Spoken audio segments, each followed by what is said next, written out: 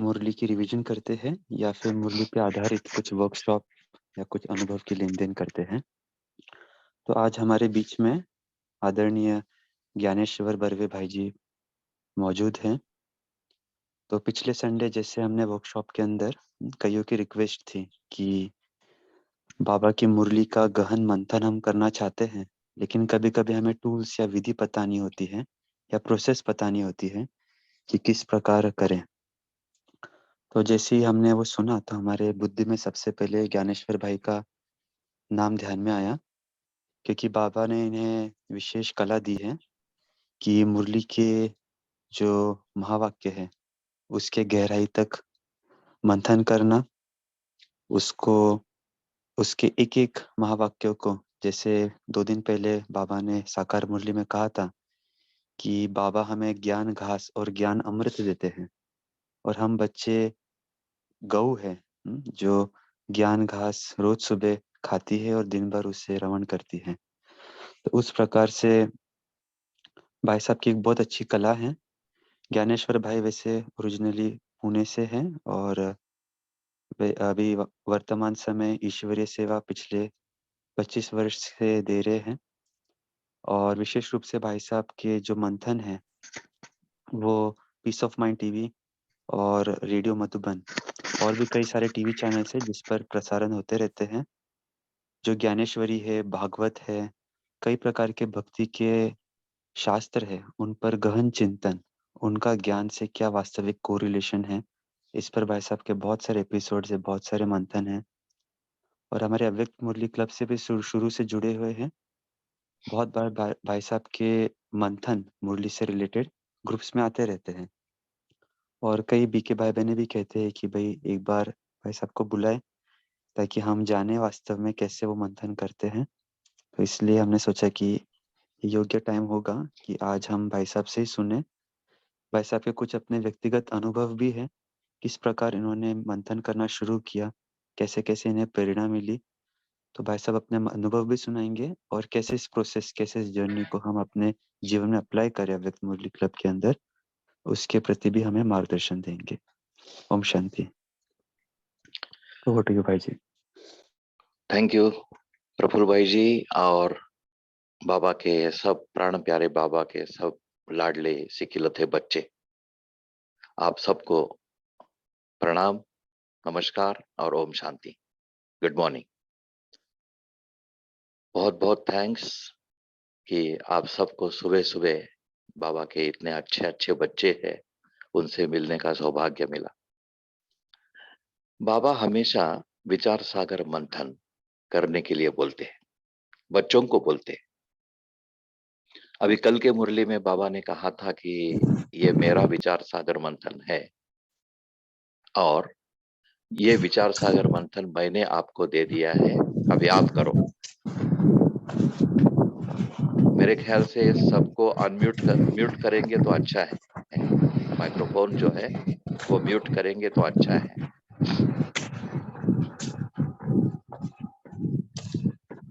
नहीं तो आवाज आ रही है बैकग्राउंड में। आप अपने माइक्रोफोन म्यूट करिए प्लीज और वीडियो भी बंद कर दीजिए। वीडियो भी बंद कर दीजिए। तो शुरू करें प्रफुल्ल भाई।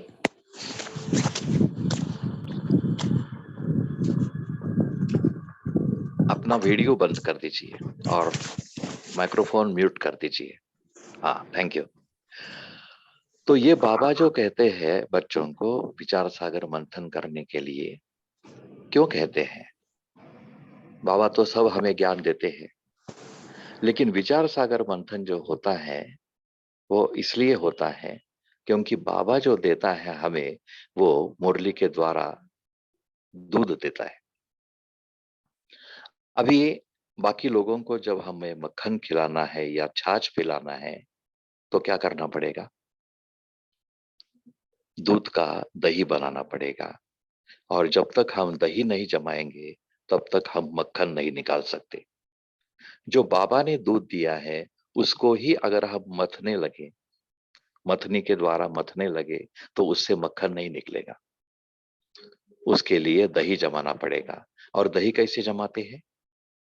दही खट्टा होता है, दही मीठा नहीं होता।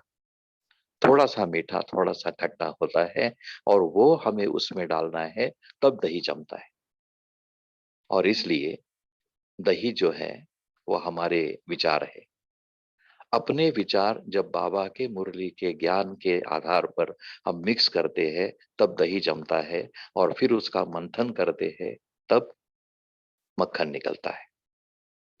तो ऐसे ही मिसाल के तौर पर आज ही अभी प्रफुल्ल भाई जी ने जो बताया, बाबा ने मुरली में जो शब्द कहे थे, गौ घास, गौ, गौमुख, इसके ऊपर मैं सोच रहा था कि गौमुख जो है, हम जब भी यात्रा के लिए जाते हैं, चाहे बद्रीनाथ जाए, केदारनाथ जाए और कहीं जाए, जितने भी पवित्र यात्रा स्थल है, वहां आपने देखा होगा कि गौमुख है और गौमुख से पानी निकलता है। जब भक्ति मार्ग में जब कोई भी यात्री जाता है भक्ति भाव से, वो गौमुख का पानी जो है वो पीता है, आंखों को लगाता है, सर को लगाता है। लेकिन कभी आपने गौमुख का जो स्रोत है वो देखा? कभी नहीं देखा। वो कई झरना जो है वो पहाड़ के बीच में रहता है, उससे वो निकाल के वो गौमुख से हमें देते हैं। तो ये ज्ञान घास जो है वो ब्रह्मा मुख द्वारा हमें मिलता है, ब्रह्मा गाय है, ऐसे भी कह सकते हैं। या ब्रह्मा बाबा ने जो हमें ज्ञान दिया मुरली के आधार पर, शिव बाबा ने ब्रह्मा द्वारा जो हमें ज्ञान दिया, वो ज्ञान हम भी गौवे बन सकते हैं, और हमारे गोमुख से वो सबको मिलता है। तो ये मंथन जो है, वो मंथन इसलिए करना है क्योंकि जो बाबा के पॉइंट्स है, वो पॉइंट्स हमें भी क्लियर होते हैं। और बाबा कहते हैं कि मेरा जो ज्ञान है वो आप बाकी लोगों को देना। हम ज्ञान किसको देंगे? हम अगर ज्ञान बाबा के बच्चों को देने लगे तो फायदा नहीं है, क्योंकि बाबा के बच्चे समर्थ हैं, बाबा के बच्चे ज्ञानी हैं, बाबा ने उन्हें चुना है। तो मुझे उनको ज्ञान देने की कोई जरूरत नहीं। तो फिर क्या करना है? हमें जो ज्ञान देना है, हमें जो बाबा का परिचय देना है, वो भक्तों को देना है। भक्त जो है वो सुनेंगे और फिर उसको धारण करने की कोशिश करेंगे, आजमाएंगे। और इसलिए मुझे लगता है कि जो भाषा जो है वो कौन सी होनी चाहिए। अभी मिसाल के तौर पर जैसे प्रफुल्ल भाई जी ने इंट्रोड्यूस किया, और फिर मैं भी आपसे बात कर रहा हूँ। कौन सी बात कर रहा हूँ? मैं हूँ मराठी, महाराष्ट्र का हूँ, लेकिन फिर भी मैंने हिंदी में बात की। क्यों बात की? ताकि सबको समझ में आ जाएगा। अगर मैंने तमिल में बात करना शुरू कर दिया, तो बाबा के कोई तमिल बच्चे जो सुन रहे हैं उतना सुन सकते हैं, लेकिन बाकी लोगों को समझ में नहीं आएगा। तो अगर मेरी बात आपके सामने रखनी है मुझे, तो जो आपको भाषा आती है उस भाषा में मुझे बोलना चाहिए। अगर मैं दूसरी भाषा में बोलूंगा तो कोई फायदा नहीं होगा, आपके समझ में कुछ नहीं आएगा। इसी आधार पर अगर हमें बच्चों को नहीं, लेकिन भक्तों को ज्ञान देना है, तो भाषा कौन सी होनी चाहिए? हमारी भाषा भक्ति की होनी चाहिए। अगर भक्ति की भाषा में हम भक्तों को ज्ञान देते हैं तो क्या होगा? उनको समझ में आएगा। लेकिन ज्ञान की भाषा में अगर हम उनको ज्ञान देते हैं तो समझ में नहीं आएगा। और इसलिए मंथन जरूरी है। बाबा हमेशा मंथन जो कहते हैं वो जरूरी इसलिए है। और फिर क्या होता है, जो जो बाबा के पॉइंट्स हैं, वो पॉइंट्स हम लोगों को समझाते रहते हैं। अभी देखिए, कल की मुरली में बाबा ने आत्मिक पावर की परख ये सब्जेक्ट लिया था। प्रफुल्ल भाई जी ने मुझे बताया कि थोड़ा सा आप विस्तार से या सार रूप से बताइए कि उसके मंथन क्या होता है। आत्मिक पावर की परख, इसके ऊपर जो मेरे विचार था, मेरे विचार थे, वो मैंने शेयर किए कल। इसके ऊपर भी अगर भक्ति मार्ग के आधार पे अगर उसे मंथन करना है तो कुछ कथा जोड़नी चाहिए। बाबा ने क्या कहा? आत्मिक दृष्टि, लाइट होना चाहिए, आंखों में से रोशनी आनी चाहिए, दृष्टि अच्छी होनी चाहिए। इसका मतलब बाबा के बच्चों के नयनों में उतनी शक्ति होनी चाहिए। अभी देखिए, इसके आधार पर अगर हम किसी को बताए, भक्तों को बताए, तो क्या होगा? किसी कथा का आधार लेना पड़ेगा। और मुझे उस समय याद आया दत्त जयंती की कथा। दत्त जयंती, दत्त के बारे में दत्तात्रेय आप सबको मालूम होगा। दत्त जयंती की कथा भी काफी लोगों को मालूम होगी, काफी बच्चों को मालूम होगी, लेकिन फिर भी अगर किसी को मालूम नहीं है तो मैं दोहराता हूं। फिर उसके ऊपर चिंतन क्या करना है, मंथन क्या करना है, ये भी मिसाल आपको पता चलेगा। देखिए, दत्त जयंती की कथा ऐसी है कि सती अनुसुईया वो बहुत पतिव्रता थी, पति की बहुत सेवा करती थी, बहुत पवित्र थी। और वो पवित्रता इतनी थी कि वो महान सती कहलाने गई। अभी कथा में ऐसे बताते हैं कि ब्रह्मा, विष्णु और महेश, इनकी पत्नियां, उनको बहुत जलन होने लगी। वो सोचने लगी कि ये हम इतने ब्रह्मा, विष्णु और महेश जैसी महान हस्तियों की पत्नी है और हमसे भी वो श्रेष्ठ बनने वाली है, तो ये नहीं चलेगा। उसका पातिव्रत्य जो है वो भंग करना पड़ेगा हमें। और फिर क्या हो गया? उन्होंने अपने अपने पति को, ब्रह्मा, विष्णु और महेश को कहा कि आप जाइए और ये सती अनुसुईया का पातिव्रत्य भंग कर दीजिए। फिर वो तीनों पृथ्वी पर आ गए। सती अनुसुईया घर में थे, तब वो अंदर आए और याचक के रूप में आए और उन्होंने कहा कि हमें भूख लगी है, हमें भोजन चाहिए। थी सती अनुसुईया पतिव्रता थी, उसका धर्म था गृहस्थी का कि घर में जो याचक आते हैं उन्हें कुछ ना कुछ दे।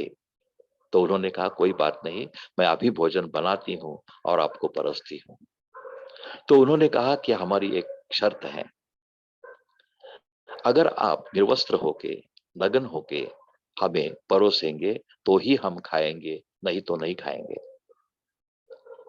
अभी बहुत बड़ी अड़चन हो गई, चैलेंज हो गया, मुश्किलें आ गई कि मैं तो पतिव्रता हूँ, याचक ऐसे कह रहा है, मैं क्या करूं? फिर भी उसने हिम्मत नहीं हारी और फिर हाथ में जल ले लिया और उसने संकल्प किया कि अगर मैं पवित्र हूं, अगर मैं पतिव्रता हूं, तो ये सामने जो मेरे बैठे हैं ब्रह्मा, विष्णु और महेश, पुरुष के रूप में वो बच्चे बन जाएंगे, छोटे बच्चे बन जाएंगे। और फिर इनके ऊपर जल छिड़क दिया और वो छोटे बच्चे बन गए। और फिर छोटे बच्चे हैं तो उन्होंने, सामने वस्त्र किसी ने पहना है या नहीं पहना है कोई फर्क नहीं पड़ता, और फिर उसने भोजन खिलाया। ऐसी कहानी है। अभी इस कहानी के आधार पर हम बच्चों को या भक्तों को समझा सकते हैं। पहली बात, कोई भी स्त्री अपने पति को दूसरे स्त्री का पातिव्रत्य भंग करने के लिए नहीं कहेगी। सामान्य स्त्री भी, आम आदमी।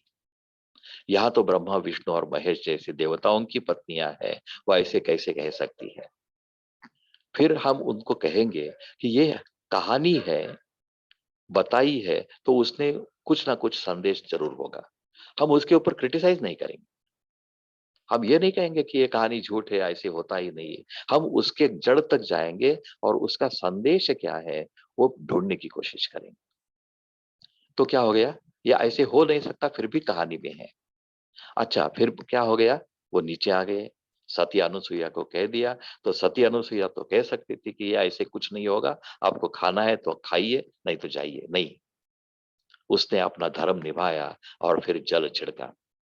अभी इसका और ज्ञान का अगर हम रिलेट करेंगे तो वो हो गया मंथन। अभी ज्ञान का क्या रिलेट करेंगे? देखिए, बाबा कहते हैं कि आपकी नजर, आपकी दृष्टि पवित्र है। आत्मिक पावर की परख जो बाबा ने आत्मिक पावर के बारे में कहा, बल्ब के बारे में कहा, लाइट के बारे में कहा, तो परिवर्तन करने की शक्ति आपकी दृष्टि में है। विचारों में परिवर्तन करने की शक्ति आपकी दृष्टि में है। तो वो दृष्टि, वो संकल्प, जब आप भगवान से कनेक्ट होते हैं, बाबा से कनेक्ट होते हैं, तो पूरी पावर आ जाती है। और वो पावर से आप दूसरों के संकल्प बदल सकते हैं। वो बच्चे बन गए, इसका मतलब है उनके संकल्प चेंज हो गए। अभी हम भक्तों को कह सकते हैं कि ये कथा है, कथा सुनना है, भक्ति भाव से सुनना है, उसका प्रसाद ग्रहण करना है, कीर्तन सुनना है। हम इसके ऊपर टीका टिप्पणी नहीं करेंगे, लेकिन हम ये कहेंगे कि उसको हमारी जिंदगी में हम कैसे अप्लाई करते हैं, इसके ऊपर सोचना है।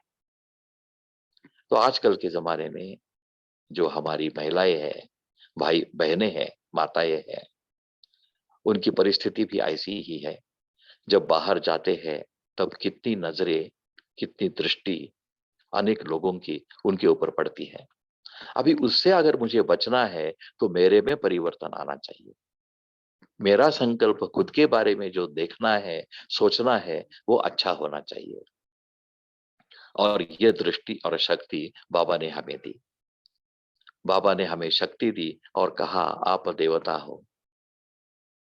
और जब देवता हो ये स्वभान आ जाता है, तब बिल्कुल पूरा फर्क पड़ जाता है। हम उसकी मिसाल भक्तों को देते हैं। जब भी हम लेक्चर देते हैं या प्रवचन करते हैं या दत्त जयंती के ऊपर आख्यान कीर्तन करते हैं, तब मिसाल देते हैं कि देखिए, एक कोई कॉलेज की कन्या है और वो रास्ते से जा रही है, सज धज के जा रही है।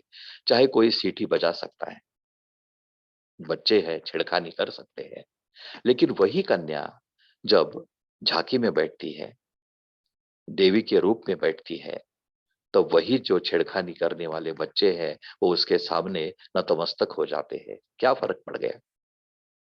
लड़की वही है, कन्या वही है, उसने ड्रेस चेंज कर दिया, लेकिन अपना स्वमान जो है वो बदल दिया। और ये स्वमान बदलना, ये मुख्य रूप से हमारी जिंदगी में परिवर्तन की पहली पहल है। इस आधार पर हम मंथन करके बच्चों को या भक्तों को ज्ञान घास खिला सकते हैं। क्योंकि क्या होता है, जब पेशेंट होता है और उसको हम अगर मक्खन खिलाने की कोशिश करेंगे तो उसको पचेगा नहीं। हमें ऐसे खिलाना है कि जो उससे डाइजेस्ट होता है। बाबा का जो ज्ञान है वो पवित्र है, दूध है, कच्चा दूध है। उसको अगर प्रोसेस नहीं करेंगे तो फिर वो दूसरों को पचेगा नहीं। और ये मंथन करने की, जैसे प्रफुल्ल भाई जी ने कहा कि हमारा जो अनुभव है वो भी ऐसा ही था। बचपन में कुछ ना कुछ सोचते रहते थे, या ऐसा क्यों, ऐसा क्यों। बहुत सारे अनुभव हैं और उसको अगर कथन करने जाएंगे तो जो हमारे पास आधा घंटा है वो भी पूरा नहीं होगा। लेकिन फिर भी एक अनुभव बताते हैं, और जैसे जैसे मौका मिलेगा तो और अनुभवों की लेन देन होती रहेगी। एक एक पॉइंट जो बाबा की मुरली में है, उसे अगर प्रैक्टिकल रूप में जोड़ने की कोशिश करें तो बहुत आनंद आता है। खुद को भी आनंद आता है, खुद को भी बाबा का जो ज्ञान के पॉइंट्स है वो क्लियर हो जाते हैं।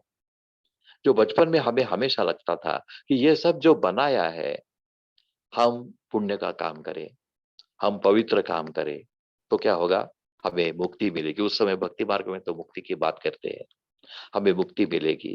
अगर नहीं करेंगे तो पाप लग जाएगा और नरक में चले जाएंगे। तो ये सब झंझट जो है वो बनाया क्यों? अच्छे खासे परम धाम में पड़े थे, कोई दिक्कत नहीं थी, कोई स्मृति नहीं थी, कोई प्रॉब्लम नहीं था। और फिर नीचे आ गए और ये करो वो करो, नहीं करेंगे तो 100 गुना दंड पड़ेगा। ये सब बातें क्यों? ऐसे मन में विचार आते थे ज्ञान मिलने के पहले। फिर ज्ञान मिल गया। ज्ञान मिलने के बाद भी ये प्रश्न जो है वो, उसका उत्तर नहीं मिल रहा था। मैं जो भी कोर्स करने के लिए बहनें आती थी, डोंबिवली में हमारा कोर्स हो गया। और कोर्स करने के लिए जो प्रेरणा दी, वो हमारे भक्ति, मेरी युगल भक्ति जो है उसके भाई मनोहर भाई, उन्होंने बहुत प्रेरणा दी। उन्होंने जिद पकड़ी कि आप कोर्स तो करिए। तो उसके खातिर हमने कोर्स कर दिया, लेकिन ये उत्तर नहीं मिल रहे थे। फिर कोर्स तो हो गया, बाबा का ज्ञान में चलने लगे, लेकिन वो प्रश्न थे मन में। एक बार मधुबन में आए। मधुबन में आने के बाद भी जो मुझे मिलता था, कोई वरिष्ठ भाई मिलते थे, उनको मैं ये प्रश्न पूछता था। तो फिर एक भाई मिला, अभी मुझे उसका नाम याद नहीं है, लेकिन वो पीएचडी होल्डर था, डॉक्टरेट किया था। उसने मुझे कहा कि ज्ञानेश्वर भाई, आप एक काम करिए, आपके जो प्रश्न हैं वो प्रश्न आप खुद को पूछिए और बाबा को पूछिए। अगर किसी दूसरे को पूछेंगे और वो जवाब देंगे तो उनके जवाब होंगे, आपके जवाब नहीं होंगे, और वो आपको कन्विंस नहीं होगा। लेकिन जब आप विचार सागर मंथन करेंगे, तब वो जवाब आपके होंगे और आपका जवाब आपको जज होगा, जज जाएगा। और फिर उन्होंने कहा कि एक बार मैं भी जब आपके जैसा था, मैंने दादी को एक बार पूछा था, प्रकाशमणि दादी को। तब दादी ने बताया, भाई मुझे कुछ मालूम नहीं है, आपका जो प्रश्न है वो आप बाबा को पूछो। तो वो कहते थे कि बाबा को मैंने पूछा, बाबा ने जवाब दिया और मेरा प्रश्न का उत्तर मिल गया। तो वैसे मैंने भी शुरू किया, और मैंने शुरू किया, विचार सागर मंथन करना शुरू कर दिया, और फिर उसके उत्तर मिल गए। अभी उत्तर क्या मिल गए वो संक्षिप्त रूप में मैं बताता हूं आपको। उस समय हम नॉवेल पढ़ते थे। मराठी में एक सुहास शिरवळकर करके लेखक है, उनकी नॉवेल पढ़ते थे, और हम दोनों, मैं और भक्ति, रात तक उसके ऊपर डिस्कस करते थे जब ज्ञान में नहीं थे। काफी इंटरेस्टिंग नॉवेल थी। तो एक बार नॉवेल पढ़ते पढ़ते मैं सो गया। वो नॉवेल में कोई हीरोइन थी, नायिका जो थी नॉवेल की, वो बहुत दुखी थी। उसकी जिंदगी में बहुत सारे दुख थे, और अचानक वो हीरोइन जो है मेरी नजरों के सामने आ गई जब मैं सो रहा था तब। और वो रो रही थी, और उसने कहा कि मैंने सुहास शिरवळकर जो लेखक है, उसका क्या बिगाड़ा कि उसने मेरी जिंदगी में इतने दुख दे दिए। प्रश्न तो सही था। तो मैं ये सपने की बात कर रहा हूँ, काल्पनिक की बात कर रहा हूँ, प्रत्यक्ष नहीं। तो मैंने सुहास शिरवळकर जी को पूछा कि वो पूछ रही है कि आपने उसका क्या बिगाड़ा, उसकी जिंदगी में इतना दुख आपने दे दिया। तो उन्होंने कहा, मुझे क्या मालूम, आप लोगों की इच्छा थी कि मैं कुछ अच्छी कथा लिखूं, नई कादंबरी लिखूं, नॉवेल लिखूं। आप हमारे पीछे पड़े थे, आप जो वाचक वर्ग थे वो अब मेरे पीछे पड़े थे, तो मैंने कथा बनाई और आपके पेश की। अभी उसमें दोषी कौन? दोषी कोई नहीं है। वो नायिका जो है वो भी दोषी नहीं है, दोषी हम भी नहीं है, क्योंकि हमें पढ़ने का शौक था, और दोषी लेखक भी नहीं है। बाबा जो कहता है ड्रामा निर्दोष है, वो ऐसा है। और एक मिसाल, जब हम सोच रहे थे, तब उस जमाने की बात है। अभी के जमाने में पता नहीं कितने लोगों को वो फिल्म मालूम है, लेकिन काफी लोगों को मालूम होगी। एक शोले करके हिंदी फिल्म थी। वो शोले में क्या हो गया था कि संजीव कुमार जी, धर्मेंद्र, ऐसे बहुत सारे एक्टर्स थे, और उसमें एक प्रसंग है कि हाथ काट देता है गब्बर, ठाकुर के हाथ काट देता है, और कहता है ये हाथ मुझे दे दो ठाकुर, करके काट देता है। अभी मेरे मन के एक कल्पना आ गई कि संजीव कुमार जी जो थे, वो रमेश सिप्पी जो प्रोड्यूसर है उनके पास चले गए, और उन्होंने कहा कि जब भी मैं ये फिल्म देखता हूं तब मेरे हाथ कटते हैं। मेरे ही हाथ क्यों कटते हैं? अभी ये नहीं चलेगा। अगले बार जब मैं फिल्म देखूं तब मेरे हाथ नहीं कटेंगे, मैं गब्बर के हाथ काटूंगा। आप प्रोड्यूसर है, आप कुछ चेंज करो उस।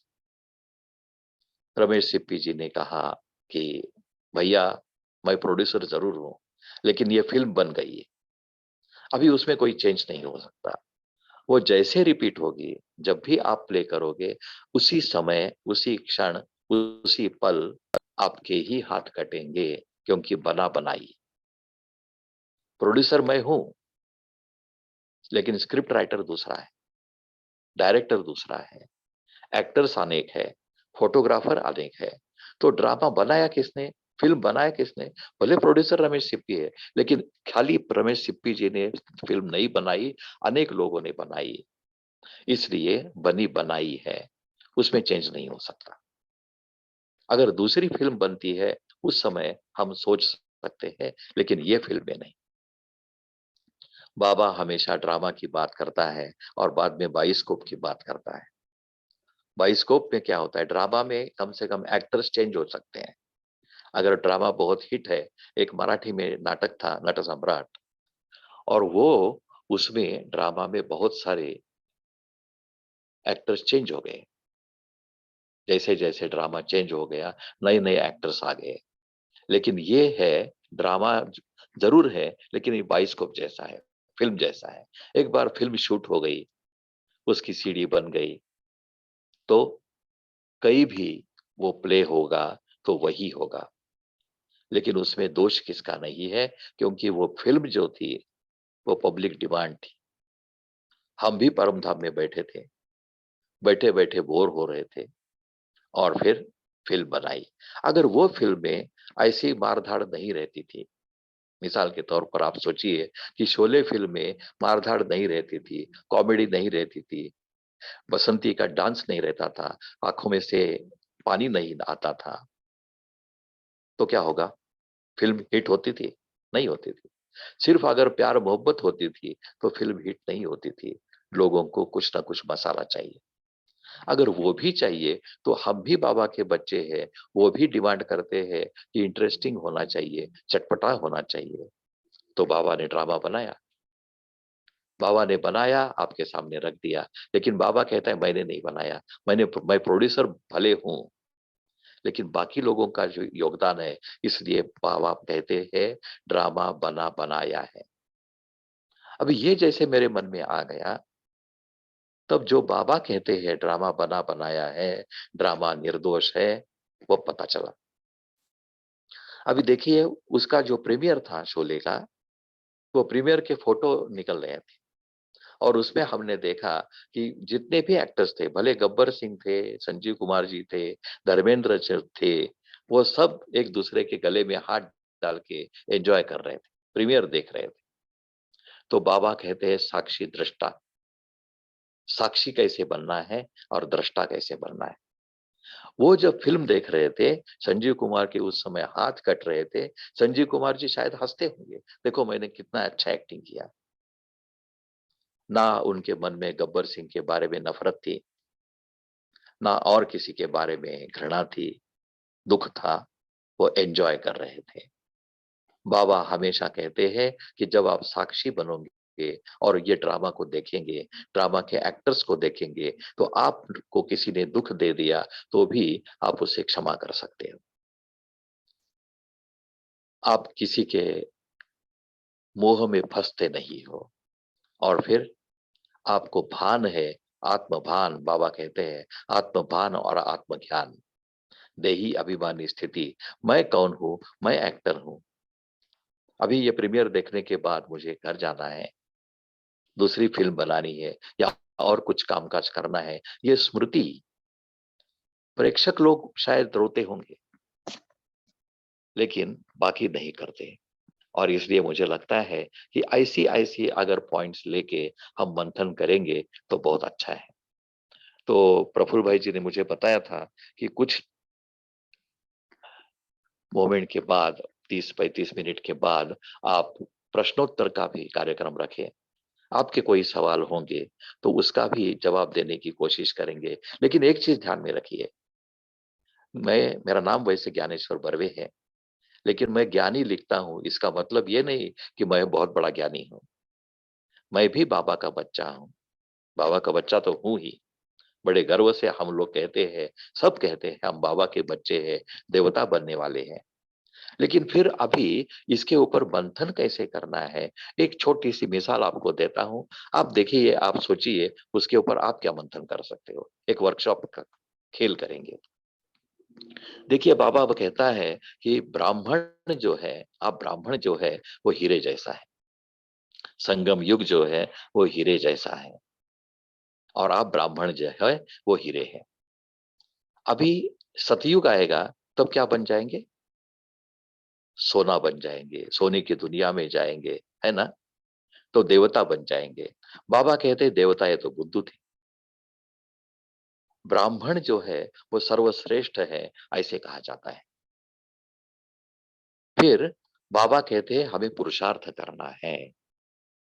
पुरुषार्थ कैसे करना है? ब्राह्मण से देवता बनने का पुरुषार्थ करना है। इसका मतलब है हीरे से सोना बनने का पुरुषार्थ करना है। अगर समझो किसी जिज्ञासु ने आपको यह प्रश्न पूछा, तो आपका क्या जवाब होगा? पुरुषार्थ सोने से हीरा बनने के लिए करना है या हीरे से सोना बनने के लिए करना है? अभी आप सोचिए। और भले अभी मंथन कर सकते हैं तो अच्छा है। हम ब्रेक ओपन करेंगे और चर्चा के लिए या मंथन के लिए आपके कुछ प्रश्न हैं उसके भी जवाब ढूंढने की कोशिश करेंगे। लेकिन अगर अभी आप मंथन नहीं कर सकते तो भले कल कर दीजिए। अभी इसके लिए क्या करना है? 2-3 बार मैंने देखा है कि कई बहनों ने पूछा था कि ये मंथन कैसे करना है, हमें कुछ समझाने की कोशिश करिए। मैं तो टीचर नहीं हूँ, आपके जैसा ही बाबा का बच्चा हूँ, लेकिन फिर भी मैं एक सलाह देना चाहता हूँ। जो आप मंथन करते हैं तो क्या करिए, मोबाइल आपके पास है, रिकॉर्डर ऑन करिए। आपके मन में जो विचार आते हैं वो रिकॉर्ड करने के बाद भले आप शेयर किसी से ना करिए, लेकिन खुद सुनिए।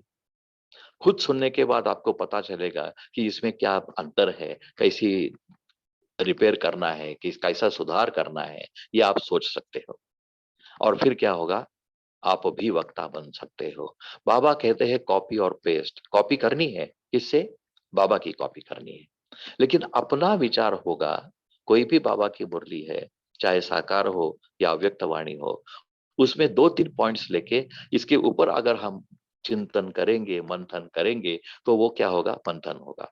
हम अगर पॉइंट्स ही रिपीट करेंगे तो बाबा ने तो मुरली में पॉइंट्स कहे हैं, उसको रिपीट करने की कोई जरूरत नहीं, वो सब अवेलेबल है। तो अगर अपने विचार उसमें है तो अपने को भी जचेगा, अपने को पॉइंट्स क्लियर होंगे। और ज्ञान के पॉइंट्स जब मुझे क्लियर होंगे तब मैं बाकी लोगों को भी समझा सकता हूँ। बाबा हमेशा ये नहीं कहते कि मैं विचार सागर मंथन करता हूँ और आप वैसे सुनाओ, नहीं। आप खुद विचार सागर मंथन करो और अपनी भाषा में सुनाइए। तो प्रफुल्ल भाई जी, अभी हम क्वेश्चन आंसर्स का सेशन शुरू करें? अगर आपकी हाँ है तो जी शुरू करेंगे। जी भाई साहब, गौरव बोल रहा हूँ। हाँ हाँ, या जी गौरव जी। जी, अभी हम सब जो भी हमारे क्वेश्चन आंसर्स हैं पूछ सकते हैं भाई साहब से। तो एक एक करके हैंड रेस करेंगे और फिर अनम्यूट करेंगे। गौतम भाई प्लीज आप पूछिए।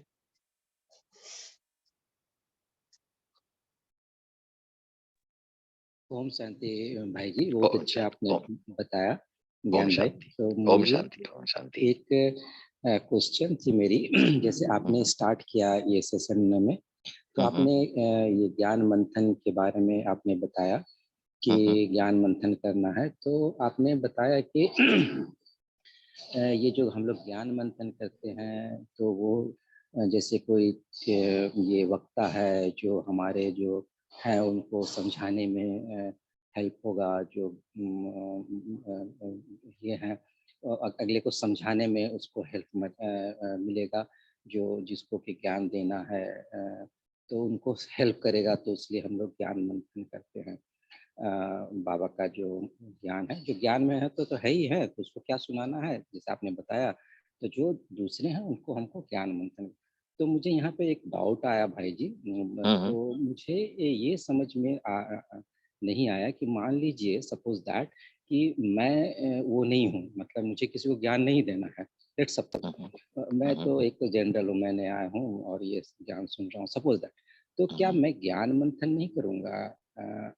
तो उसकी क्या मतलब है? मतलब कि जब दूसरे को देना है तभी ज्ञान मंथन करें, या जब जो उस चीज लाइन में नहीं है, जैसे मुझे किसी को ज्ञान नहीं देना है, मैं एक इंडिविजुअल हूँ, बाबा का बच्चा हूँ और मैं ज्ञान पढ़ता हूँ, तो क्या मुझे ज्ञान मंथन नहीं करना चाहिए, या ये क्या है ज्ञान मंथन? फिर क्यों करना बहुत है, नहीं करना है, ये समझ में नहीं आया मुझे। थोड़ा सा कंफ्यूजन हो गया भाई जी, अगर बहुत क्लियर अच्छा करेंगे प्रश्न तो। है।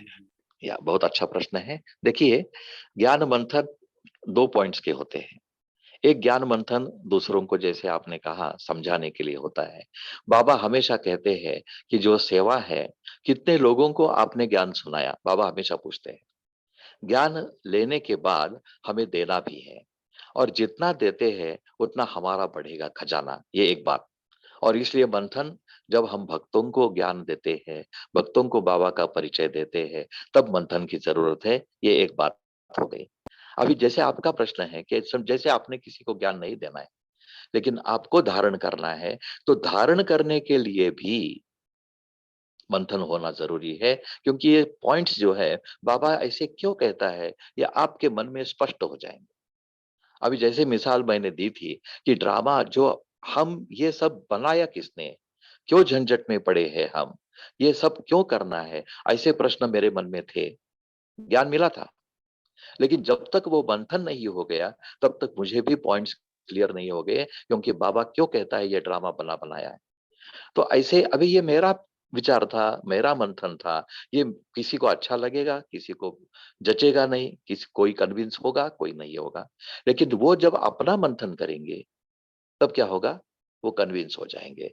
इसलिए जब भी हमारे विचार होते हैं, खुद के विचार होते हैं, क्योंकि प्रश्न खुद के हैं, और उसके जवाब ढूंढने की कोशिश जब हम करेंगे तो जवाब अपने होंगे, और वो खुद को जब कन्विंस हो जाएंगे तब उसका आनंद मिलेगा। और इसलिए मंथन जरूरी है, ऐसा मुझे लगता है। I hope I have cleared your point. हाँ भाई जी, हाँ आपने तो बताया वो तो समझ में है, लेकिन फिर अपने इंडिविजुअल के लिए मंथन करना कैसे है, यहीं पे तो मुझे नहीं समझ में आ रही है। हाँ बुरा मत मानिए, अभी मैं तो नया हूँ। अभी हाँ मैं जैसे इंडिविजुअल हूँ, अब मुझे हम्म मंथन करना है। लेट सपोज कोई हम्म एक टॉपिक लेते हैं, मुरली लेते हैं, वो तो हम्म पढ़ लेते हैं, फिर उसको रिपीट हम्म कर देते हैं। हम्म मुझे लगता था कि बार बार पढ़ना है, 2 बार पढ़ना है, 3 बार पढ़ना है, रात के सोने समय पढ़ना है, तो ये हम्म मैं करता था। तो मुझे लगता था कि मैं मंथन कर रहा हूँ। अब हम्म मेरी प्रश्न है कि हम्म जैसा लेमैन, राइट, नया नया है, सपोज कोई यस नया यस बच्चा आपके यस पास या आया है, अब या उसको मंथन करना, बाबा बोलते हैं कि मंथन करो। तब हम्म। मुझे ये समझना है कि आखिर मंथन करना क्या है, किससे मंथन बिल्कुल, करते हैं, कैसे इसलिए करें। तो इसलिए हाँ। तो मैंने प्रश्न पूछा आपको होमवर्क के लिए जो दिया है, कि जो बाबा कहते हैं ब्राह्मण वर्ण जो है, ब्राह्मण जो है वो हीरे जैसे है, और पुरुषार्थ करके हमें सोना बनना है। तो पुरुषार्थ कैसे करना है, ऊपर से नीचे या नीचे से ऊपर, ये पॉइंट है। अरे ये पॉइंट सबको मालूम है। अभी इसके ऊपर आप मंथन करिए। अगर किसी जिज्ञासु ने आपको ये प्रश्न पूछा, या आपके मन में ये प्रश्न आया कि हीरे से सोना बनना ये पुरुषार्थ के लक्षण है, या सोने से हीरे बनना ये पुरुषार्थ के लक्षण है। अभी ये कॉमन प्रश्न है, ये प्रश्न आप लीजिए, इसके ऊपर सोचिए। मंथन करने का मतलब हमें सोचना है, अपने हिसाब से सोचना है, अपनी भाषा में सोचना है, और फिर उसके उत्तर मिलेंगे। हर एक के उत्तर अलग अलग मिलेंगे, लेकिन फिर भी वो आनंददायी होंगे, खुशी लाने वाले होंगे, और मन में जो दुविधा है वो सुविधा में बदल जाएगी। आप कोशिश करके देखिए। इसलिए मैंने ये प्रश्न जो है वो अपने ग्रुप में शेयर किया है।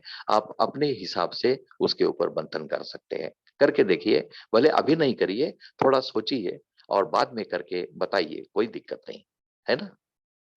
ठीक है भाई जी, मैं करूंगा। ओम शांति। अच्छा लगा आपसे बात करके। ओम शांति, ओम ओम शांति। Thank you. जी, Nisha sister, you can ask her question.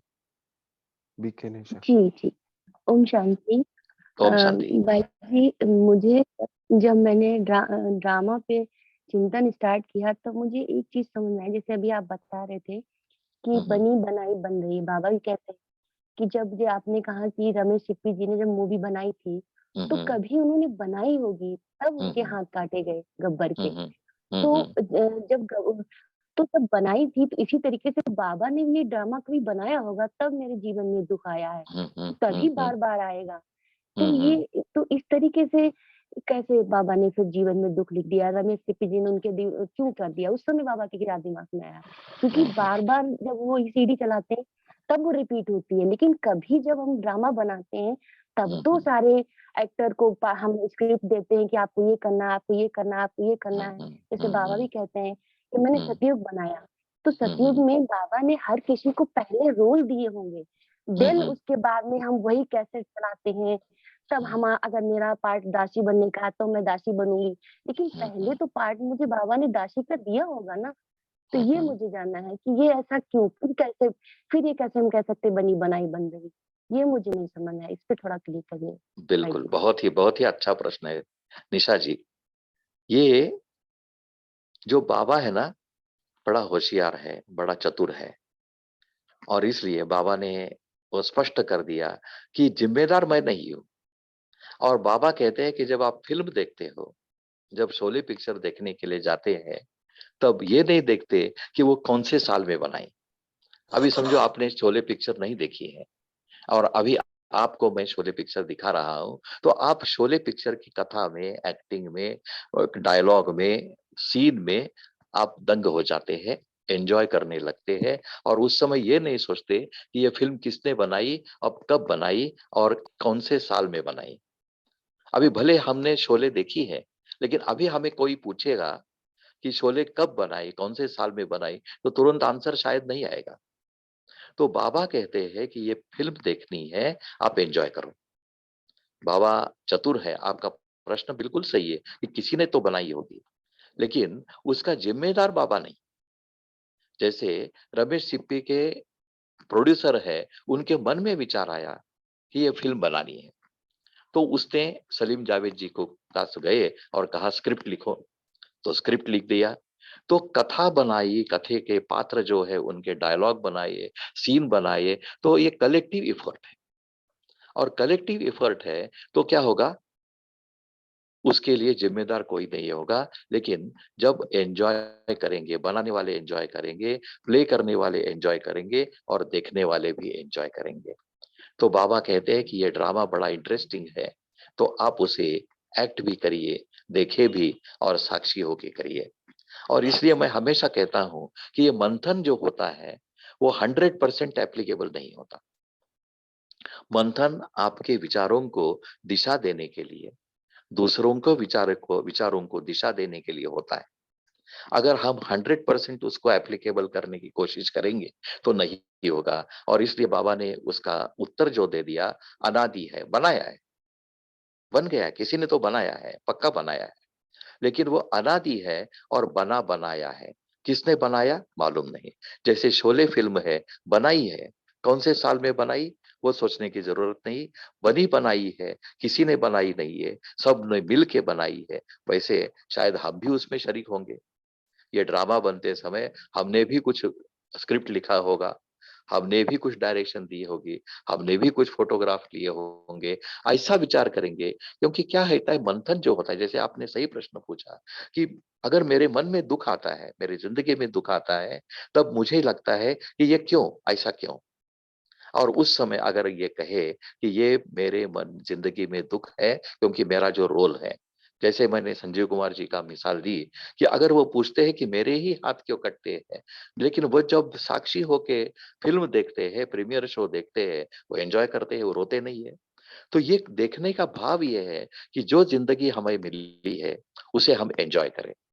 अध्यात्म जो है, अध्यात्म का मतलब यह है कि हम जिंदगी को एंजॉय करें और दूसरों को एंजॉय करने के लिए मदद करें। इसलिए जो मंथन है, 100% उसे नहीं देखना है, लेकिन कुछ हद तक 90%, 95% तक हम उसे ले सकते हैं और उसका आनंद उठा सकते हैं। ऐसा मुझे लगता है। निशा जी, थैंक यू। हाँ, थैंक यू जी भाई भाई साहब। जी, काफी हद तक सेटिस्फाइड हो गई। Thank you, thank you. Redmi 10 prime जिनका मोबाइल नेम है, प्लीज आप क्वेश्चन पूछें।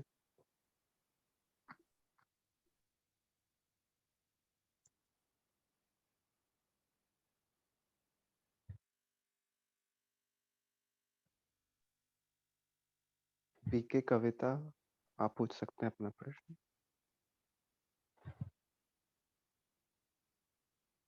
ओम शांति भाई जी। ओम शांति। भाई जी, जो आपने विचार सागर मंथन करने के लिए पॉइंट बताया कि पहले हम हीरे थे या सोने थे, हीरे से सोने बने या सोने से हीरे बने। तो मुझे कि मैंने जो विचार किया इसके ऊपर, तो मुझे लगता है कि हम हीरे से ही सोने बने हैं। क्योंकि अभी देखिए, जो पुरुषार्थ हमें बाबा करा रहे हैं, टारगेट दिए गए हैं कि तुम लक्ष्मी नारायण थे, तुम देवता थे, तो उसके अकॉर्डिंगली बाबा जो पालना दे रहे हैं मुरली से, सब कुछ, जैसे कि 4 सब्जेक्ट है हमारे, उसके हिसाब से भी अगर कविता जी, देखा कविता जाए। जी, कविता जी, मैं जी। आपको करेक्ट करता हूँ। ये उसमें डाउट ही नहीं है, हीरे से सोना बनना ही है। क्योंकि अभी हाँ। ब्राह्मण जीवन जो हीरे का है, और हम्म। देवता जो है और सुवर्ण युग में जाते हैं, सतयुग में जाते हैं। प्रश्न ये है कि पुरुषार्थ जो है वो हीरे से सोना बनने में पुरुषार्थ है, मीन्स 11 स्टैंडर्ड से 10th स्टैंडर्ड में जाने का पुरुषार्थ है, या 10th से 11 जाने का है? हमेशा पुरुषार्थ होता है नीचे से ऊपर जाने का, है ना? तो जी अभी जी हम हीरा है और पुरुषार्थ करके हम सोना बनेंगे, तो ये पुरुषार्थ हो सकता है? प्रश्न ये है। जी, अभी बाबा जो बताते हैं हमको चढ़ती कला है हमारी, हाँ हाँ, तो तो वो चढ़ती कला कैसे परफेक्शन। हो गई? ये तो उतरती कला हो गई। आप हीरे से अगर सोना बनेंगे तो उतरती कला हो गई, चढ़ती कला हो गई। चढ़ती कला कह सकते हैं भाई जी, क्योंकि अभी जैसे बाबा नहीं, इसलिए हमारे साथ है। जी, हाँ, तो चढ़ती कला कैसे होगी? बाबा बाद में साथ भी नहीं होगा, हाँ, तब तो बाबा नहीं होंगे, अभी बाबा तो है चढ़ती कला हमारे कैसे? साथ। हाँ, तो अभी आप ऊंचे स्थान पर है ना? बाबा साथ में जी है, ब्राह्मण है, हीरे जैसे है आपका जीवन, लेकिन बाद में जी, आप सोने जैसा बनेंगे, बाबा भी नहीं होगा। और हीरा कॉस्टली है या सोना कॉस्टली है? हीरा ही कॉस्टली है क्योंकि हाँ, तो बाबा कॉस्टली हमारे से साथ है। जो कीमती है वो जी पुरुषार्थ। अभी पुरुषार्थ क्या कर रहे हैं आप? देवता बनने का, जी सोना बनने का पुरुषार्थ कर रहे हैं ना। अभी हीरा हो, इसके ऊपर जी सोचना है, इसके ऊपर सोचना है। बाबा ने कहा है तो जरूर उसमें कुछ राज है, तो ये राज ढूंढने की कोशिश करिए। जी, ठीक है? ठीक है भाई जी। I think I am clear with you. Yes, yes. Now I ठीक have है, understood your question. Yeah. ठीक है, Thank ठीक you. है, ठीक है, थैंक यू, थैंक यू। जी थैंक यू भाई साहब। विजया भाई जी आप क्वेश्चन पूछिए। ओम शांति। ओम तो शांति। ओम शांति। सो आपने ड्रामा के बारे में जो बात कही, तो बना बनाया ड्रामा है, किसने बनाया? तो मुझे लगता है कि बाबा ने ड्रामा तो शुरू कर दिया, लेकिन बाकी का जो रोल है, बाकी का जो पार्ट है, धीरे धीरे वो हम ही ने तो बनाया है। तो मैंने जो किया उसका जो रिपरकशंस हैं वो मुझे मिलते जा रहे हैं। मैं अच्छा करती हूँ तो अच्छा मिल रहा है, तो मैं हीरो के रोल निभा रही हूँ। धीरे धीरे जब मैं गलत करती हूँ तो मैं ही विलन बनती हूँ। तो मेरे साथ ऐसा क्यों हुआ ये मैं पूछ ही नहीं सकती हूँ, क्योंकि मैंने ही मेरी जिंदगी इस तरह बनाई है। तो हम बिल्कुल। ही भागीदार हैं उस ड्रामा के, बने बनाए ड्रामा के। सो मेरी ये सोच है, आप क्या सोचते हैं? जैसे कोऑपरेटिव सोसाइटी होती है ना, कोऑपरेटिव सोसाइटी होती है, जी उसमें सब भागीदार है, लेकिन फिर भी कोई डायरेक्टर होता है, कोई चेयरमैन होता है सोसाइटी का, लेकिन भागीदार सब है, बोनस सबको मिलता है, हिसाब किताब सबका होता है। वैसे ये कोऑपरेटिव सोसाइटी है, उसमें कोऑपरेशन चाहिए। जैसे आपने कहा कि बिल्कुल सही है कि ये उत्तर जो ढूंढने हैं वो हमें खुशी लाने के लिए ढूंढने हैं। और जी आपका उत्तर जो है वो देखिए, आपका उत्तर है, तो आपको अगर जचता है तो बिल्कुल अच्छा है। क्योंकि जिंदगी में जो खुद के जिंदगी में जो दुख आते हैं ना, वो झेलना बड़ा मुश्किल हो जाता है। दूसरों के जिंदगी में दुख आते हैं तो उसको निवारण करना, उनको सलाह देना आसान है, लेकिन खुद के जिंदगी में जब आती है, बोलते हैं ना, खुद के ऊपर पड़ी तो पता चलेगा। जब खुद के जिंदगी में दुख आते हैं तो उसको सुख में बदल करने के लिए ज्ञान को अप्लाई करना है। और जब सुख रहता है तब भी ज्ञान को अप्लाई करना है, क्योंकि सुख और कैसे हो जाए। तो जिंदगी खुशी खुशहाल बनाने के लिए खुद की और दूसरों की ये ज्ञान का टूल है, और हमें उसका इस्तेमाल करना है, और इसलिए मंथन जरूरी है। ऐसा मुझे लगता है। आपने जो जवाब दे दिया, आपने जो मंथन किया वो भी अच्छा है। और मैं यही चाहता हूं कि जो हमारा मॉर्निंग सेशन होता है उसमें हम एक एक पॉइंट लेके उसके ऊपर अपने विचार, प्रश्न भी हम तैयार करें और जवाब ढूंढने की भी कोशिश हम करें, तो और उसमें मजा आएगा। Thank you. जी थैंक यू। जी रविकांत भाई जी। ओम शांति भाई जी। ओम शांति। भाई जी, मुझे विचार सागर मंथन करना बहुत अच्छा लगता है। मैं जब ज्ञान में आता था तो बहुत क्वेश्चन पूछता था बहन जी से। अच्छा अच्छा। तो ये बाद में ये क्वेश्चंस विचार सागर मंथन में परिवर्तन हो गया है। अभी ये विचार सागर मंथन हम जब करते हैं तो बहुत बहुत चीजों की क्लैरिटी मिलती है, क्लियर हो जाता है हर चीज बिल्कुल का। बिल्कुल। लक्ष्य तो यही है। तो अगर विचार सागर मंथन करने की शक्ति, अगर हम इसको भी एक शक्ति समझेंगे तो अष्ट शक्तियों में ये कौन सा शक्ति का पाठ हो सकता है? अष्ट शक्तियों में कौन से शक्ति का पार्ट हो सकता है, ये भी एक मंथन का विषय है। हाँ जी, मेरा हिस्सा थोड़ा सिल्ली होगा। देखिए, मंथन जो होता है ना, मंथन जो होता है, कोई भी पॉइंट बाबा की मुरली में शुरुआत में, जैसे हम वरदान कहे, स्लोगन कहे, मुरली का टाइटल कहे, ये पॉइंट एक शब्द लेना, एक शब्द के ऊपर हमारे विचार प्रकट करने हैं और अपना मंथन खुद को शेयर करना है पहले।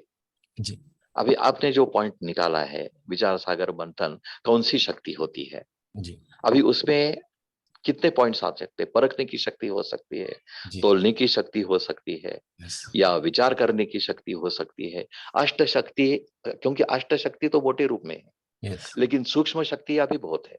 या और ये सूक्ष्म शक्तियों का उपयोग करके अगर हम विचार करें तो अच्छा लगता है।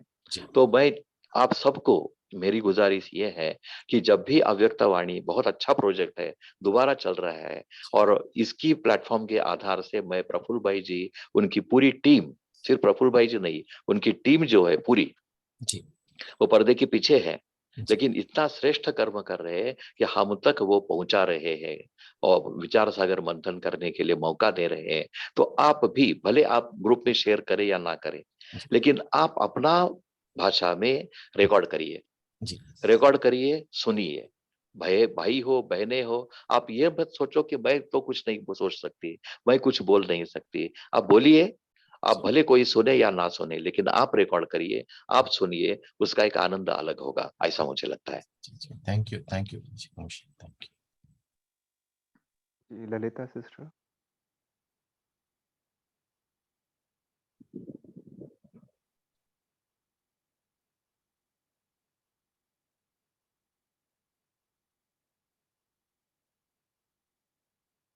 ललिता सिस्टर, आप अनम्यूट कर लीजिए, आप क्वेश्चन पूछ सकते हैं।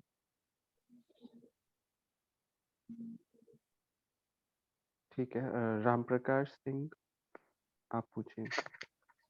ओम शांति। भाई जी, ओम हमें शांति। इसमें केवल केवल इतना पूछना है कि हम्म, जैसे हम्म। बाबा का कोई महावाक्य है, उसमें हम अपने मंथन से कितना डिविएट कर सकते हैं? मतलब ऐसा न हो कि जो बाबा का एम ऑब्जेक्ट है उसे ही हम बिल्कुल बदल लें अपने मन मत से। बिल्कुल सही, बिल्कुल सही। ये देखिए, डेविएट करना ही नहीं है। बाबा के जो पॉइंट्स है, उसको डेविएट बिल्कुल ही नहीं करना है, क्योंकि बाबा के पॉइंट्स तो पॉइंट्स ही है। लेकिन जैसे मैंने मिसाल दे दी कि मंथन, किसका मंथन करते हैं? हम दूध का नहीं करते, दही का मंथन करते हैं।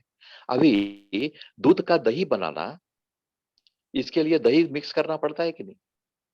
तो ये डेविएशन कि नहीं है, हम दूध की कैरेक्टरिस्टिक दही में बदल गई, तो ये डेविएशन नहीं है, अच्छा के लिए है। अगर हम दूध ही परोसे, डेयरी खोल दे, आपने समझो डेयरी खोल दी, तो क्या होगा? ग्राहक जो है वो सुबह आएगा, दूध लेके चला जाएगा। लेकिन मिठाई की दुकान खोल दी, हलवाई की दुकान खोल दी, तो अनेक प्रकार के व्यंजन हैं, तो वो डेविएशन नहीं है।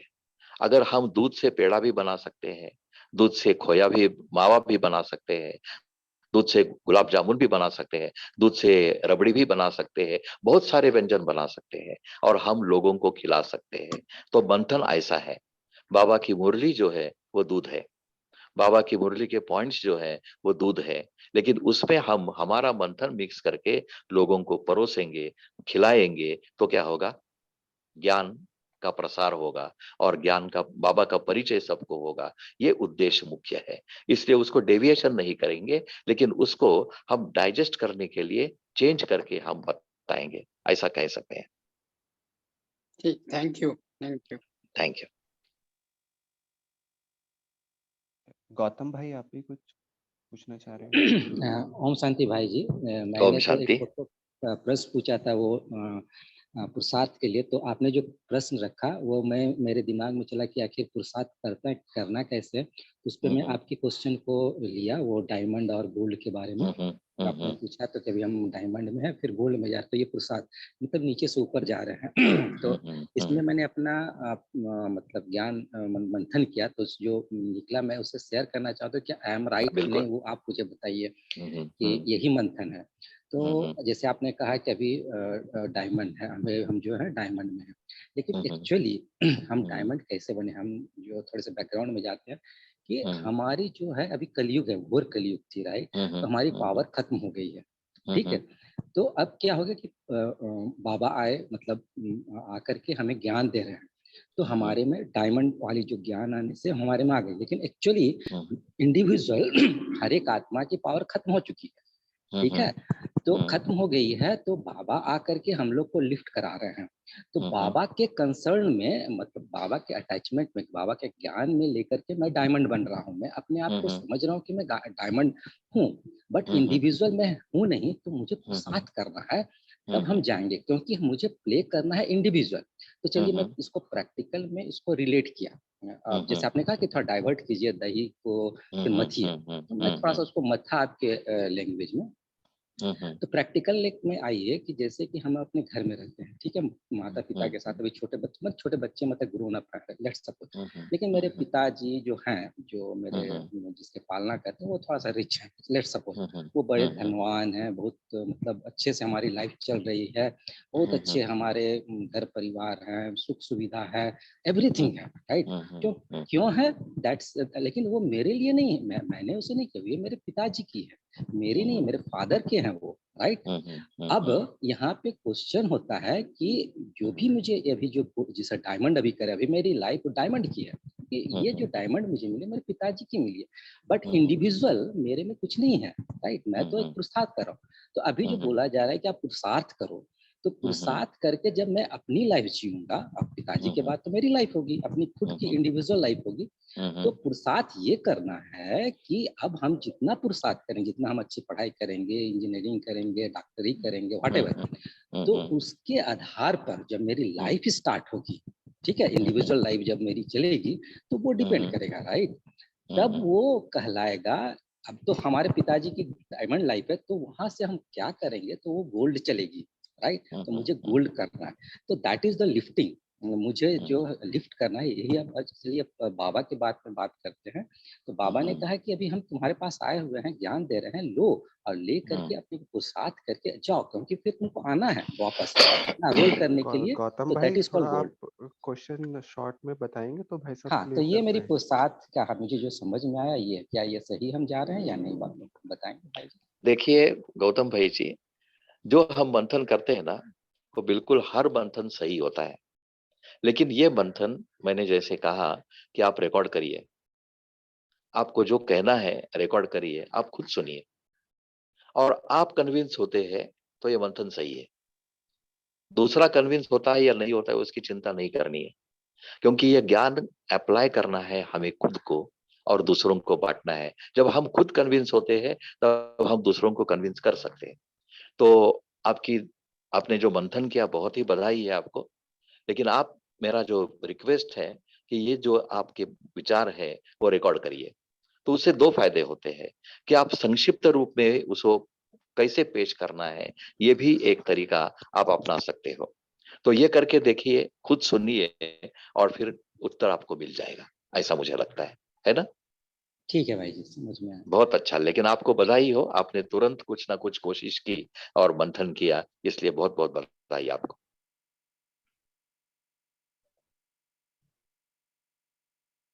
जी थैंक यू भाई साहब, आपने थैंक आज यू। हमें आकर के इतना सब ज्ञान की गहराई में लेकर गए। अभी समय भी हो गया, ऑलमोस्ट 6 o'clock होने वाला है। बिल्कुल बिल्कुल। नॉर्मली संडे तक हम 6 o'clock तक रखते हैं। तो हम्म। आपका बहुत बहुत धन्यवाद, आपने हमें बताया कि बाबा का ज्ञान जैसे कच्चा दूध है, बहुत अच्छे से एग्जांपल्स दे के बताया। तो इससे हम सबको बहुत क्लैरिटी मिली, और अपने विचारों को हम कैसे क्लियर करके, कोई भी क्वेश्चन है तो आपने जैसे शेयर करा कि हमें खुद से अपने विचारों को बाबा के ज्ञान में अपने भी क्वेश्चंस बाबा के साथ करेंगे, तो वो हमें ज़्यादा अच्छे से कन्विंस कर पाएंगे, इंस्टेड ऑफ कि हम किसी का ज्ञान सुने। तो ये सब प्रेरणाएं और आपका अनुभव और एक्सपीरियंस डेफिनेटली हम सब बच्चों को बाबा के बहुत फ़ायदा करेगा, ऐसा मुझको आत्मा को लगता है। सभी ने काफ़ी एंजॉय करा, सभी के बहुत सारे क्वेश्चंस और भी थे। बाकी समय की समीक्षा को देख करके कुछ क्वेश्चंस चैट में भी आए हैं। तो अभी कोई बात नहीं, हम बाद में जी अगले जी बार से कहीं और हाँ भी मिलेंगे। जी डेफिनेटली आपने समय निकाला बाबा के, हम बच्चों के लिए, और हमें भी इससे बहुत फायदा होगा। थैंक यू भाई साहब। और मेरा भी आप सबको बहुत बहुत, बाबा को पहले धन्यवाद, प्रफुल्ल भाई जी और आप गौरव भाई जी, आप सबको भी धन्यवाद। और आपने भी बहुत अच्छा सेशन चलाया और बाबा के बच्चों ने बहुत पार्टिसिपेट किया, खुशी से एक्टिवली पार्टिसिपेट किया। सबको बहुत बहुत थैंक्स। थैंक यू जी। हमारा भी भाई साहब आप सबको बहुत बहुत शुक्रिया भाई जी। धन्यवाद। बहुत बहुत शुक्रिया भाई जी, ज्ञान मंथन का बहुत भाई अच्छा साहब, था। भाई जी। गुड मॉर्निंग भाई जी, थैंक बहुत यू अच्छा लॉर्ड। मंथन। लेंगे फिर। ओम शांति। जी थैंक यू। ओम शांति। Thank thank you everyone, good day. Call में जुड़ने के लिए सभी का धन्यवाद।